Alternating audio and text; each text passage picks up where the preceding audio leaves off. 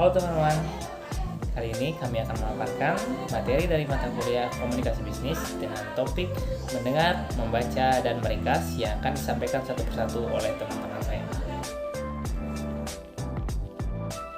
Mendengar diartikan dengan memusatkan perhatian sehingga dapat menangkap dan mengingat apa yang disampaikan orang lain.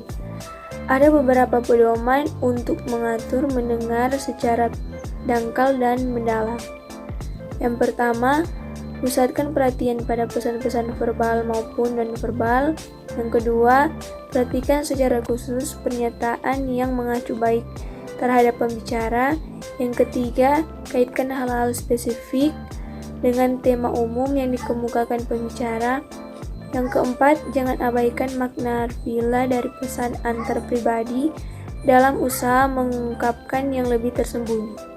Ada beberapa proses dalam kita mendengar. Yang pertama, kesadaran. Yang kedua, proses penerima secara psikologi.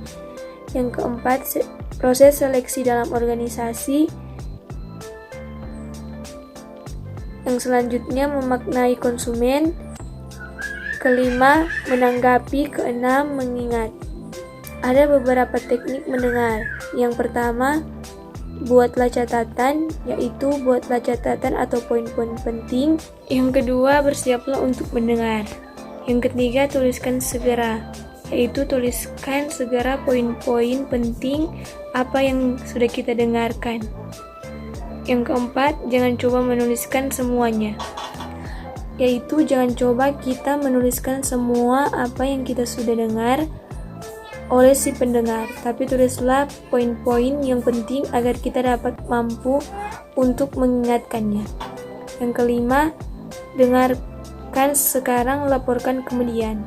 Yang keenam, belajarlah untuk ingin mendengar, yaitu belajarlah kita untuk mendengar apa yang dibicarakan oleh seseorang.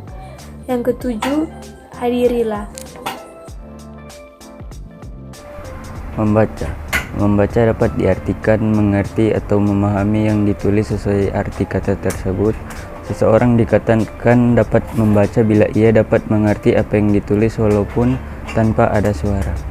Dapat menyuarakan apa yang ditulis belum berarti dapat membaca. Yang kedua adalah proses membaca. Proses membaca pertama, mata menangkap sejumlah kata selanjutnya berhenti sekilas untuk menafsirkan kata-kata tersebut.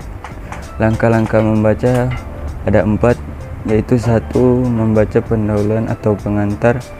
Kedua, membaca daftar isi. Ketiga, membaca sekilas isi bab pertama. Yang keempat adalah membaca bab demi bab.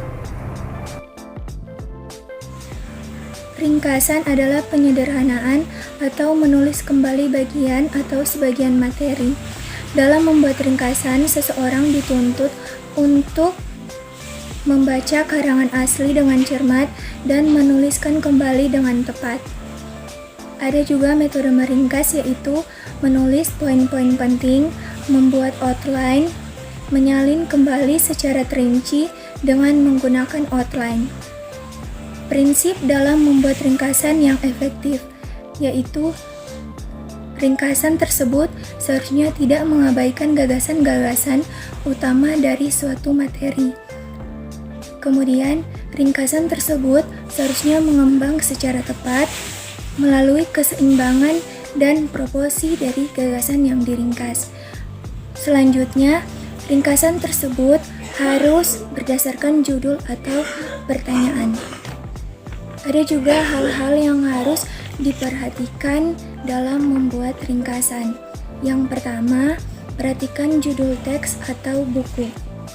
Yang kedua, membaca secara saksama sebagian atau seluruh isi teks buku sesuai dengan kebutuhan.